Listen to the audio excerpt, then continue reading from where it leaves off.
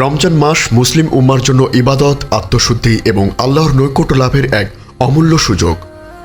এই মাসে আমরা সুবহে সাদিক থেকে সূর্যাস্ত পর্যন্ত আল্লাহর নির্দেশ পালনে পানাহার ও নির্দিষ্ট কিছু বিষয় থেকে বিরত থাকি। কিন্তু যদি কোনো ব্যক্তি ইচ্ছাকৃতভাবে রমজানের রোজা ভেঙে ফেলে, তবে তার জন্য ইসলামে কি বিধান রয়েছে? এটি কি শুধু কাজা করলেই শেষ, নাকি এর পেছনে রয়েছে আরও কঠিন শাস্তি ও পরিণতি? অনেকেই হয়তো এই বিষয়ে পরিষ্কার ধারণা রাখেন না এবং এর ভয়াবহতা উপলব্ধি করেন না। রোজা ইসলামের একটি ফরজ স্তম্ভ, আর এর বিধান লঙ্ঘন করার পরিণতি অত্যন্ত গুরুতর। আজ আমরা ইসলামের সুমহান শিক্ষার আলোকে গভীরভাবে জানব রমজানে রোজা ভাঙার শাস্তি কি, ইচ্ছাকৃত রোজা ভঙ্গের ভয়াবহতা, কাজা ও কাফফারার বিধান এবং দুনিয়া ও আখিরাতে এর পরিণতির সম্পর্কে ইসলামী শরিয়া কি বলে, যাতে আমরা এই পবিত্র ইবাদতের প্রতি সর্বোচ্চ গুরুত্ব দিতে পারি এবং আল্লাহর অসন্তুষ্টি থেকে নিজেদের রক্ষা করতে পারি। আসসালামু আলাইকুম রহমতুল্লাহ।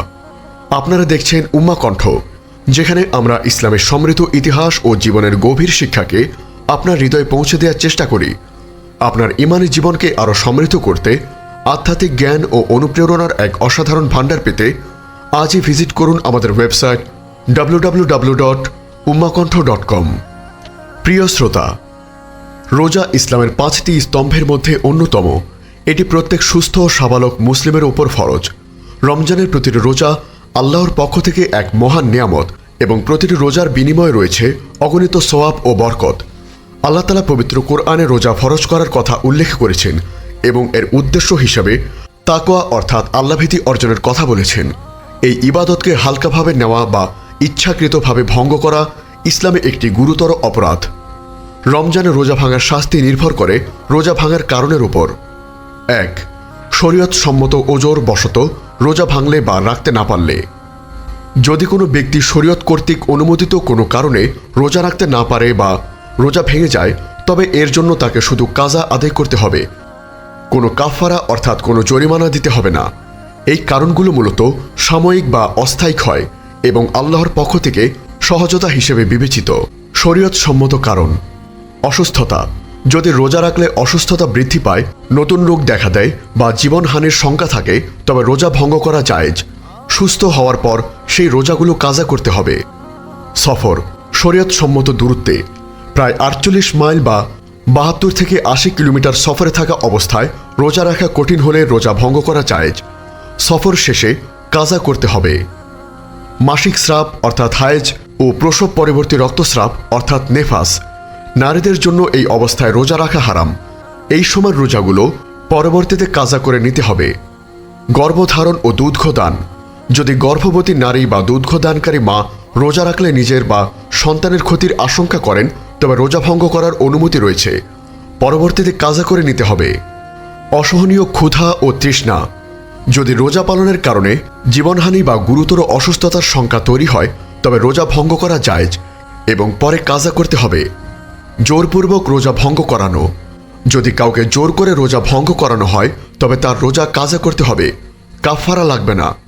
কাজা করার নিয়ম: যে কয়টি রোজা ছুটে গেছে, পরবর্তীতে রমজানের পর সুবিধা মতো সময়ে সেই কয়টি রোজা আদায় করে নিতে হবে। যত দ্রুত সম্ভব কাজা রোজা আদায় করা উত্তম। কাজা রোজা ধারাবাহিকভাবে রাখা জরুরি নয়, বরং সুবিধা মতো সময় একটি একটি করে বা কয়েকটি একসঙ্গে রাখা যেতে পারে। 2. বিনা ওজরে, কারণ ছাড়া ইচ্ছাকৃতভাবে রোজা ভাঙলে। যদি কোনো মুসলিম শরীয়ত সম্মত কোনো বৈধ কারণ ছাড়া ইচ্ছাকৃতভাবে রমজানের রোজা ভেঙে ফেলে, তবে এটি কবিরা গুনাহ অর্থাৎ মহাপাপ। এর জন্য তাকে দুনিয়া ও আখিরাতে কঠোর শাস্তির মুখোমুখি হতে হবে। ইসলামী শরীয়ত এর জন্য কাজা এবং কাফফারা উভয় আদায় করার বিধান রয়েছে। ক. কাজা, একটি রোজা ভঙ্গের জন্য। ইচ্ছাকৃতভাবে ভঙ্গ করা প্রতিটি রোজার পরিবর্তে তাকে একটি রোজা কাজা করতে হবে। খ. কাফফারা, একটি রোজা ভঙ্গের জন্য। রমজানের একটি রোজা ইচ্ছাকৃতভাবে ভাঙলে তার জন্য যে কাফফারা নির্ধারিত হয়েছে তা হল: 1. একটি দাস মুক্ত করা। বর্তমানে দাস প্রথা প্রচলিত না থাকায় এই বিধান সাধারণত প্রযোজ্য নয়। 2. ধারাবাহিকভাবে 60টি রোজা। এটি সবচেয়ে প্রচলিত কাফফারা। যদি কেউ 60 দিনের মধ্যে একদিনও রোজা না রাখে শরীয়ত সম্মত ওজর ছাড়া, তবে তাকে আবার প্রথম থেকে 60টি রোজা রাখা শুরু করতে হবে। 3.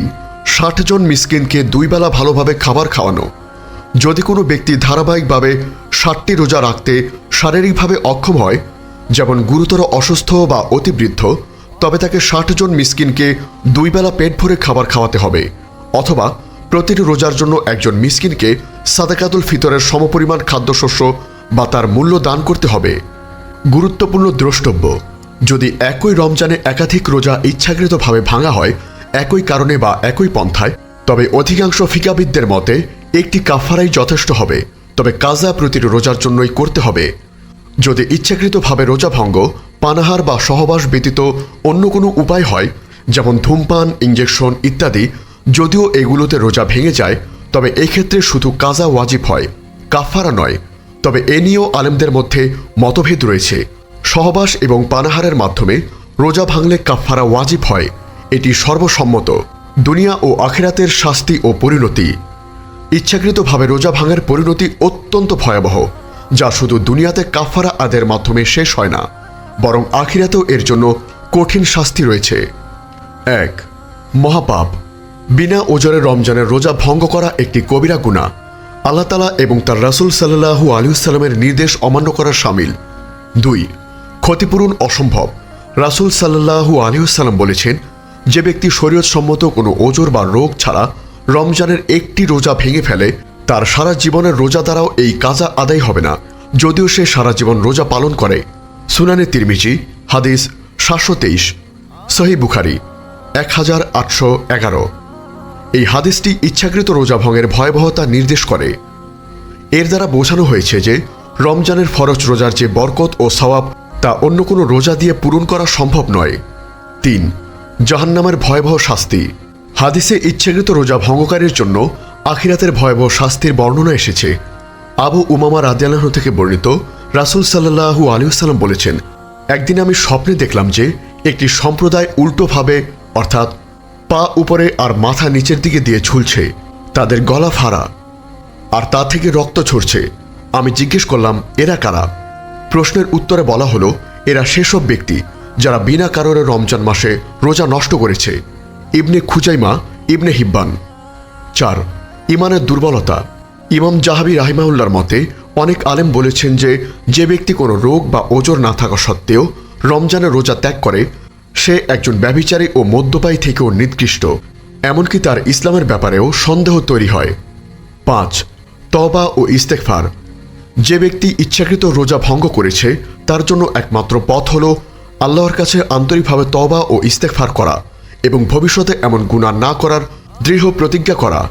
কাজা ও কাফারা আদায় করা তওবারই একটি অংশ।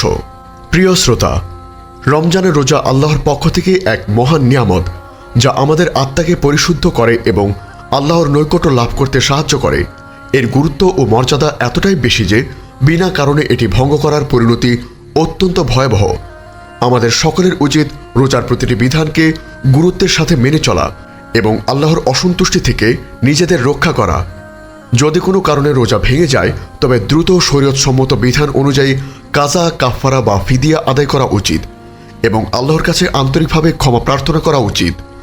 আল্লাহ তাআলা আমাদের সকলকে ফরজ ইবাদত সঠিকভাবে পালন করা এবং রোজা সম্পর্কিত সকল বিধান মেনে চলার তৌফিক দান করুন।